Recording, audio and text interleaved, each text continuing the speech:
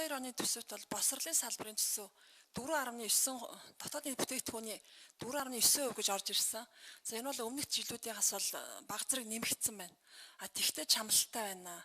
За ер нь Монгол улсыг одоо ижил төстэй хөгжлийн одоо индекстэй хүний хөгжлийн индекс ойролцоо улсууд хартаа үзэхээр харьцангуй бага мөнгө төсөв зардаг.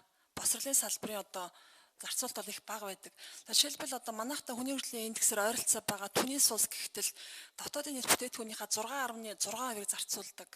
За нөх хөгжингөө одоо Финланд, за Скандинавын орнууд бол бүр 5-аас дээшээ дандаа 7-8 рүүгээр явчихж байгаа. За тэгэхээр ер нь яагаад одоо Монголын босрлын одоо салбар дахь санхүүжилт ингээд сүүлийн 30 жил огт нэмэгдэхгүй энэ түвшинд явж байгаа юм бэ? Ер нь бид нар хөгжил ярихын тулд энэ босрлын санхүүжилт, босрлын төсвийг одоо төлхөө ярих хэрэгтэй. За энэ дээр сангийн яам ямар байр суурьтай байдаг вэ?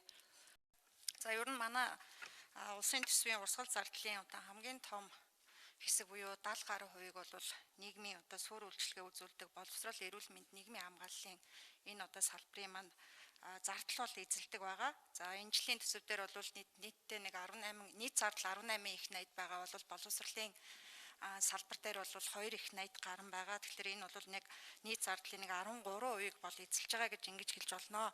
За сүүлийн үед ер нь боловсролын салбар дээр тодорхой төсвүүдийг нэмэгдүүлэх тал дээр за энээсээ илүү бас одоо байгаа энэ төсвийг нь илүү үр дүнтэй чанартай байх тал руу энэ тогтолцооны шинжил яваад энэний дараа бол үе шаттайгаар бол бас боловсролын салбараа дэмжих одоо болцоо боломж илүү гарах байхаа гэж ингэж харж байгаа. За жишээлхэд энэ эх онд нийт урсгал зардлыг нэг 300 тэрбумаар нэмэгдүүлж байгаа. За энэний дийлэнх нь бол энэ боловсролын шинжиллийн одоо энэ нэмэгдэл зардал бол энэ дотор орж байгаа. Тэгэхээр бид нар бол энэ тантай бол санал нэг байна. Боловсролын салбар бол яг суур одоо хүнийг бий болгох одоо тэр тал дээр одоо хамгийн чухал энэ салбар учраас энэ дээр бол тодорхой одоо хөрөнгө. За тэр хөрөнгө нь хамгийн гол нь үр дүнтэй байх.